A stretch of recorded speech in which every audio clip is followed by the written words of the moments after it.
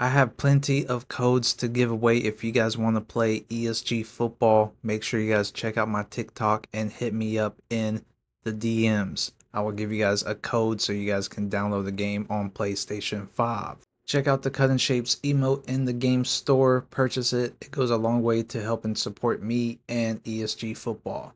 Today's video, I'm going to be giving out a handful of tips about what you need to do getting started in ESG football, tips for gameplay improvements for a lot of people that are not familiar with this game because this game plays nothing close to Madden, which I'm about to show you guys of a hater hating on the game because it doesn't play like Madden, so he's not used to the difference maker that ESG football presents, because this game is a very challenging game when it comes down to user skills. This is what this game is all about: competitive nature and much more.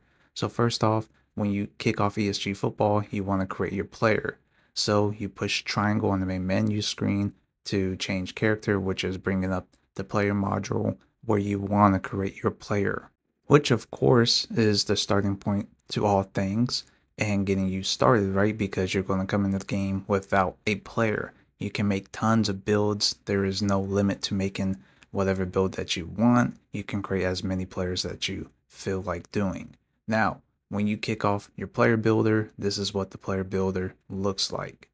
Now, when you start making a player, when you get to the option of improving the ratings, you have the choice to buy VP, SP points with money to get your player up quicker, or you can simply grind your player. Yes, this game is made for both type of players if they want to spend money or grind the game. Now, spending money, once again, I told this in the past, if you do not know how to play the game, it will be difficult. Reason for that is because you're going to basically be matched up with those type of competitive players already, 90 plus and above, people that already know how to play the game, and they will pretty much torch you. So it's best bet if you start grinding. You can still pay decent amount of money, but to the point where you're going to be put into the novice difficulty, which you guys see the both settings for the competitive scene and the novice scene for difficulty levels depending on your overall player build. The grinding aspect is made towards getting yourself comfortable, used to the controls in the different environment compared to what we've been used to with Madden when it comes to playing ESG football. It's just easier learning the game this way compared to just thinking that you got the skills, you're ready to go ahead because you're assuming that this plays like Madden, so you're going to boost your player max overall starting off to play this game. But when playing in both difficulty levels that you guys see here, the novice obviously is catered to the learning aspect, getting used to the controls. The competitive scene, once again, is catered down to all user skills. So you guys see the difference between the two. Novice, you're going to have boosted movement. It's catered to the 4v4 game mode. The field awareness feature is disabled. Everything is boosted based off rating abilities, and you're going to have much more time in the pocket if you do play quarterback. Then once you get to the competitive overall difficulty levels, that's where everything starts to kick in. Features like the field awareness, game mode, you get to play in both 4v4 and 7v7, and then based off ratings, your player build, that's where things is going to start mattering the most. Now, when you get to making your player, everything is colored, organized for each section, depending on what type of player you want to make. Then you can look up in the top right corner based off your current position, which is the actual position that you can play as. And then you have potential other positions that you can play based off other players' builds. It may switch you to those positions. So this is why I preach start grinding your player builds, because you're not sure how your player is going to play like. And of course, if you feel comfortable with your player build, if you end up just spending money right off the bat, especially if you don't know how the game plays based off the controls, and you may make a build that is not the greatest. He may be too slow, he may be too fast but can't tackle. Now you can combine a variety of different skill sets. It doesn't matter what you combine. There's a variation builds that you can make. And then at the end, you have your player summary based off what you make. It's going to be telling you what you can play as, and if your player is like a bench player or starter on defense, and much more. So after you end up making your player, of course, you're going to have the doo-doo skin, which I call it.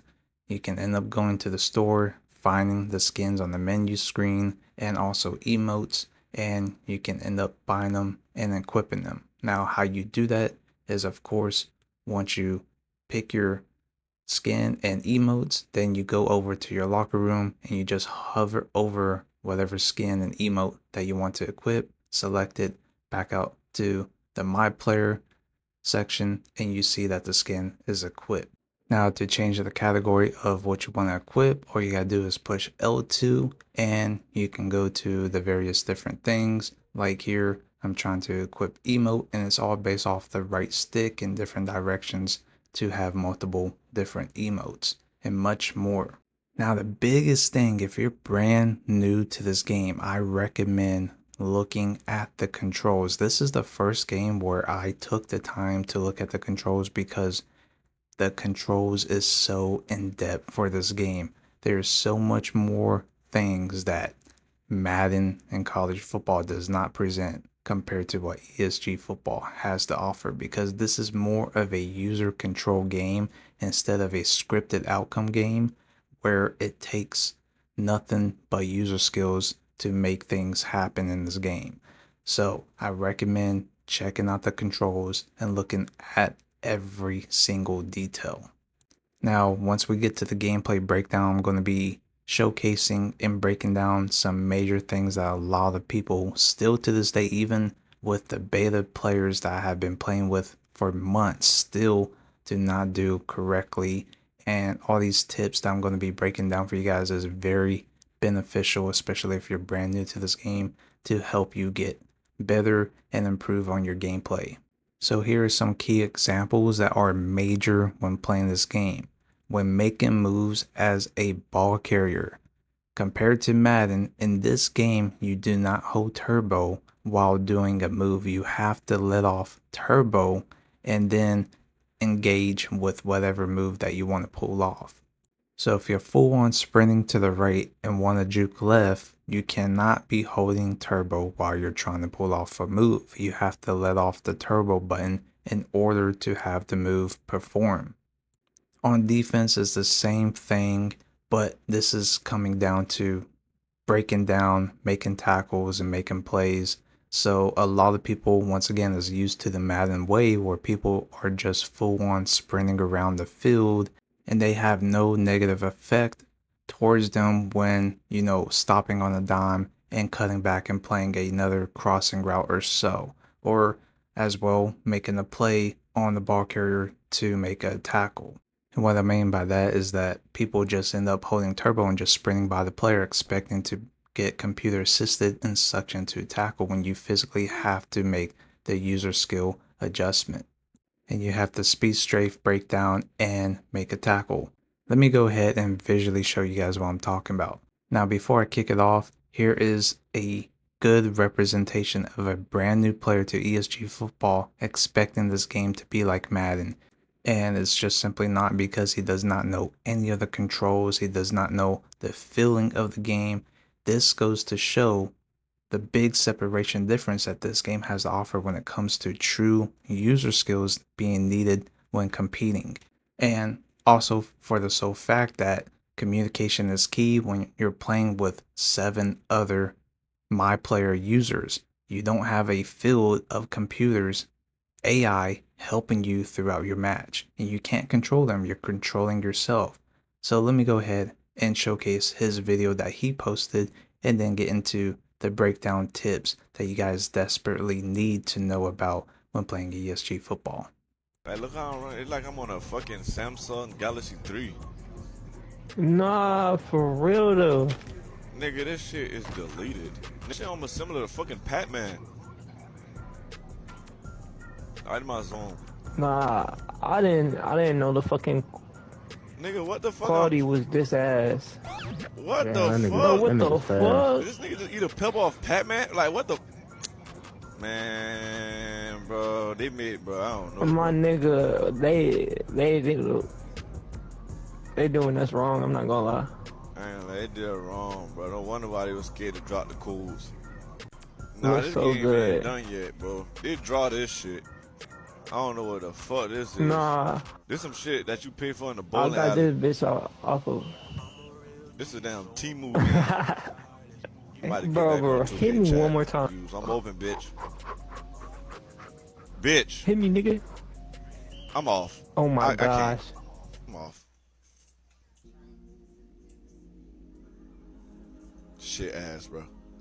Now, even in the clip that he showcased, it goes to show that he's playing with other players that are brand new to this game. For instance, like this receiver, he's expecting it to be like computer assisted, making this catch like it's Madden. He ends up cutting away from the ball and he's probably just holding the catch buttons like it's going to be like Madden, where they get just suctioned into animation.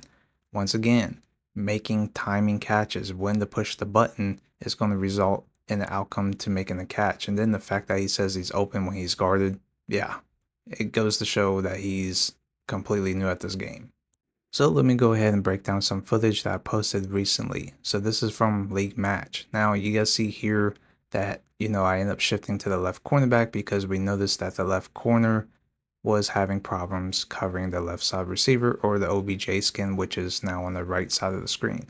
Anyways, for blocking, you guys going to see that it comes down to timing of blocking on this particular play. It's a RPO play, action play, where for those that are playing quarterback, every play now has been formatted and switched to, instead of just having play action plays, that you can do a play action play, or you can literally hand off the ball. So basically it's made into the RPO format. Anyways, this is another thing when it comes to communication during pre-snap, that you make certain callouts. Now certain plays for linemen, they are scripted into animation to kind of like shade down to slide protection. So watch the right guard right here as he ends up missing a block. Now he ends up strafing too early and backs away from making a block, which leads to Red getting freebie to the quarterback as he keeps it, but the quarterback breaks it, and then look at Green holding turbo instead of breaking down to make this tackle. He just runs past him. That's another issue that a lot of people have, is just holding turbo instead of breaking down, which is strafe or speed strafing to break down and make a tackle. But Red was able to recover on it. Now here is a good example of players not playing their assignment, not playing home. So especially in ESG football, DBs need to play safe, play pass first instead of run commit first. That's why you have linemen and linebackers to do that. So you guys see right here, it's looking like it's going to be a run, right? And this is another key factor when you have low play recognition. It's going to have the camera pan on the running back for a long time before showing who has the ball. And this is where a lot of people get faked out, because how the camera is in ESG football, based off your play recognition rating, is going to really have a huge factor on you. So of course, the quarterback keeps it on this RPO play. Take a look at number 13, the OBJ skin in orange. He's going to run into traffic, does his little shimmy, and then darts off to a post route to the right corner. And look how wide open he's going to end up getting. Another key factor to this is eventually you have teams that you face that are good at running the ball, so you're trying to stop the run, and you get baited into moments like this where they pull off a play action fake and beat you deep. Here's a perfect example of why making reads as a quarterback is difficult, and also based off user timing on making things happen. So right here, you're going to look at the right guard, which is the red color icon player. He misses his blocks. So a lot of people have a hard time timing, especially when the ball is snapped, to make a block. So if the ball is hiked too quick and you're not ready to make a block, you're obviously going to miss it, because it is all user control timing when you have to click a button to make things possible. It's just like a reaction when making a catch. The same thing goes to that, where you can't just hold the icon and expect a block or a catch to happen. You have to time it. Now I want you guys to focus on the OBJ skin on the top left of your screen. Watch how he goes about attacking this player. Now of course he's just full on sprinting. You guys don't see him like turn around, breaking down with the strafe or speed strafing to make this tackle. He's just trying to keep him at bay, because If he's able to just keep him cutting back and forth, which he does here, slows him down, has teammates to come back and make a tackle. I mean, this is effective too, but also I recommend for speed strafing because you can break down and make that open field tackle, and it can limit you from having a big run to a possible touchdown to happen. I'm going to showcase more on that later. Right here is the breakdown of blocks. So, of course, this is a direct quarterback keep to running to the left, as the running back is my lead blocker. Look what he does. He ends up going out too far. He's just sprinting out. Now, of course, I'm trying to keep it inside so I can bounce outside so he can get the block, but he doesn't make the block here. This is where you have to hold L2 to break down and then push triangle to engage in the block. Which you guys see that he does try to break down, but it's already too late. He over pursued as well, and the results of this play, fumble happens and the defense ends up recovering it. So moments like this can hurt you if you don't know how to block and when to block. So right here, unlike Madden where you can just hold turbo, it's recommended to speed strafe by holding L2 and R2. As you guys see, I am the pink icon right here. I lurk left, then I lurk right, speed strafing, and then I'll turn my hips, let go of the strafe button, and go into full sprint, and it results in an interception. So this is another example of knowing when to do this. Now also there's other ways about turning your hips and running on a dime, which we go back to the controls. Once again, a lot of people have not perfected this or even do this in the game still to this day. And it's basically using the right stick to help you break out and start running with a receiver that may got you beat. So you guys see the different directions and the different ways of how you can break on the ball to turn around and turn your hips and start running with the receiver to play in coverage. There's a ton of times where people just start to turbo, and when they try to turbo and cut, you get stuck in mud. Now, here is an example of the playbook. If you play quarterback, a lot of quarterbacks do not know the difference between reading the actual play instead of just looking at the play art, because a lot of plays have been converted to pretty much RPO plays instead of just play action plays, which it kind of intertwines with each other, so you can do a play action and or hand off the ball. So you want to make sure that you're looking at the title of the play. It would tell you what type of play it is, because then you have basic pass plays which showcase right here, like Delta, Grizzly, Missile, and it looks like some of them is going to be play action, but there is no play action in it. Now, of course, when running these type of plays, the blue icon routes for the receivers is a indicator for a chip block release and go out for a pass. So that's on a call as well for the quarterback to make those type adjustments. Even with the yellow routes, they can still block, especially at running back position. You just got to tell them if they should chip block or just stay back and block. So this is a big thing that quarterbacks need to focus on when choosing your play and making pre-snap adjustments. Now, when you're running these type of plays like the RPO plays where it's like a play action fake, in order to hand off the ball, you do not push any button. If you want to keep the ball, you hold turbo, which is R2.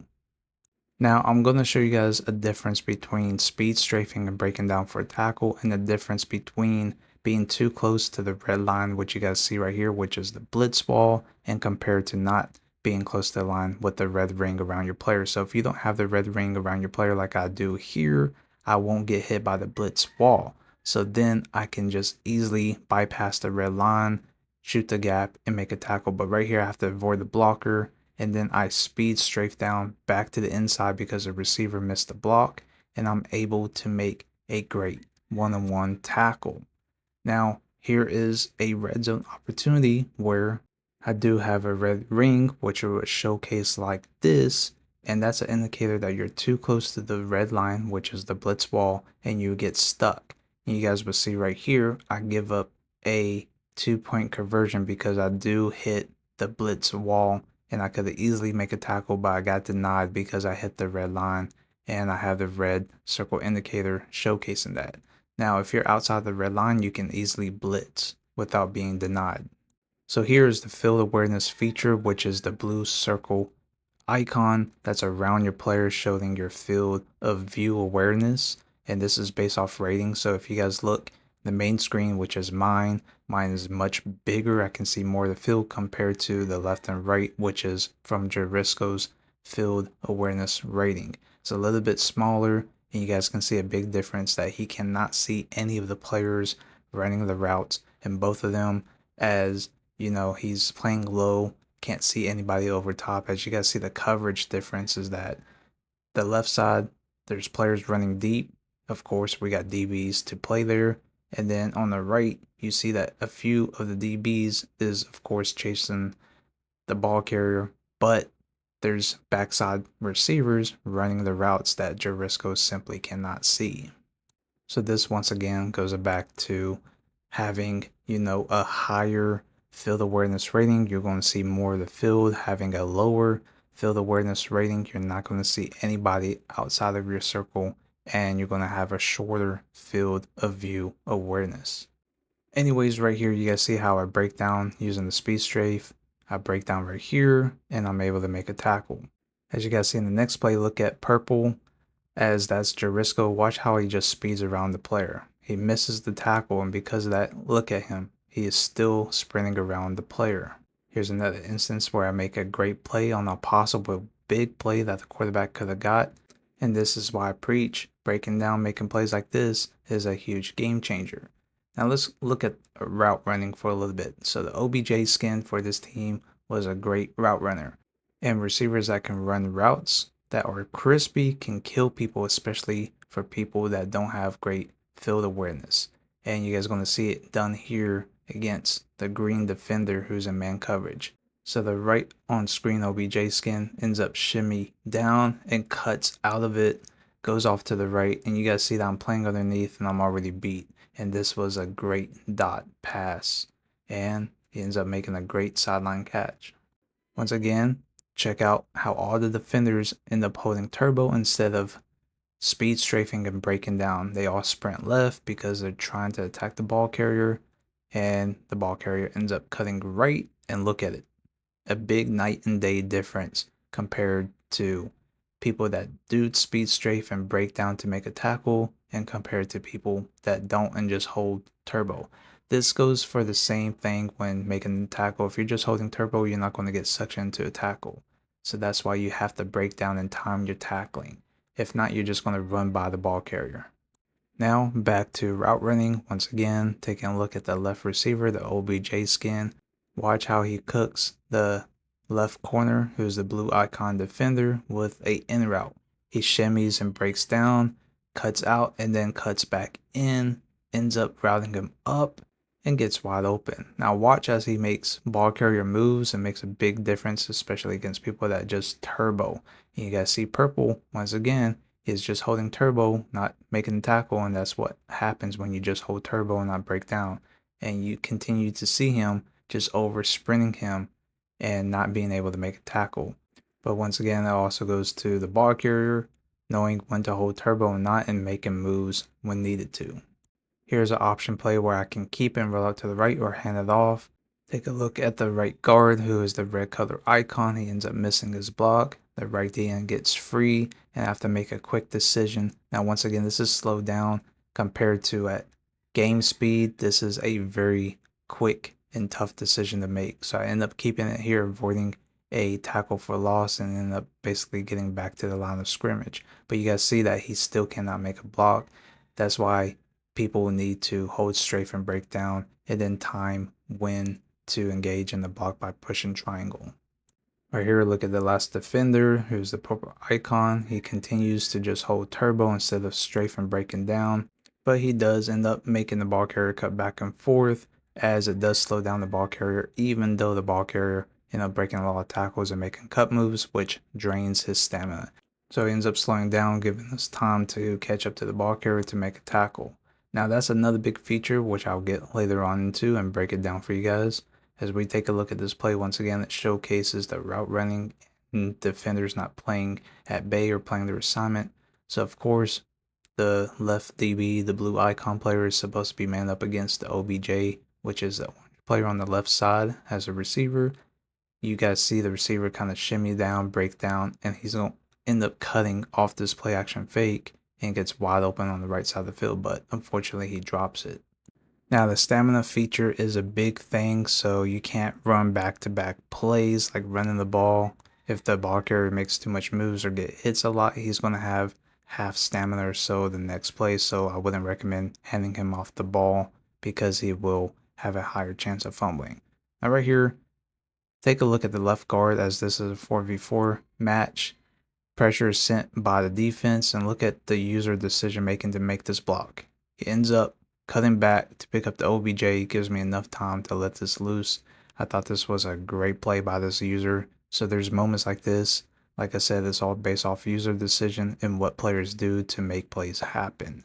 Now back to the stamina situation, which right here you guys see I take a big hit, I break the tackle, but I have half stamina.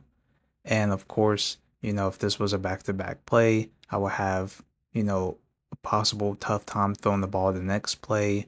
Or if I ran the ball and get hit, I would most likely fumble. Now, when running the ball, it is key to having a high carrying. If you don't have a high carrying rating, I recommend trying to tuck the ball by holding R1, which gives you a better chance from not having a fumble happen. But at the same time, if you don't, you're going to have a higher chance of fumbling the ball, especially if you have low carrying ratings. So the height, the weight matters for all your player builds, depending on, what height you make. If you make a taller player, he can be slower, or a bigger player, slower compared to smaller players. Smaller weight size, they're going to be much more shiftier, faster. So all these ratings do have a factor and a pros and cons to facing other player builds compared to yours. So you guys got to take this into consideration when making players, because every rating matters. If you don't have any tackling, if you're not a big player and you just focus on speed, you're not going to make many tackles. Compared to being a bigger player, decent speed, you're going to be making a lot of tackles or trying to cause a user strip. You might need to have a higher strip rating. And same thing goes for handoff recognition. You need to have a high handoff recognition so you don't get faked out as bad. Also, the field awareness feature, ball and air recognition is also another big thing when, the passes are made and you're trying to locate where the ball is at, which is a yellow icon. If you have a low ball in air recognition, it's going to end up showing a different placement for the ball and can give you a false indicator where the ball is actually going to be. So all these ratings has a factor when it comes to the gameplay itself. That's why this game is catered to simulation football. It's just like when you're trying to make a catch, you got to figure out what catch rating is better suited for you based off the situation, the height, and size. So if you have a small, speedy receiver like a Tyreek Hill build, you want to cater most of your catches more towards run after catch instead of trying to make a miraculous catch, because you have no jumping, you have no spectacular catch animations. Your best bet is most likely the run after catch or possession catch. Defensive engage moves matters a lot. Timing it, knowing what you're good at as well against your matchup, and depending on what the play is when you're going to pull off certain animations, and what you need to engage with will have a huge factor of the outcome of, making a block shed move against runs and as well passes. So, like I said, every single detail matters in this game. Like all the major things that Madden does not do right, this game perfects it. Now, there's a ton more things to cover, but I hope today's video covers the most important things that you guys need to study, improve your gameplay on, especially when it comes to being brand new to this game. So feel free to ask questions down below in the comment section. Anyways, if you guys are interested in playing this game, I have a ton of codes to give away. So please check out my TikTok. Hit me up on there and I'll give you guys a code to download this game on PlayStation 5. Other than that, let me know what you guys think down below. Until next time, I'll see you guys in the next one. I'm out. Peace.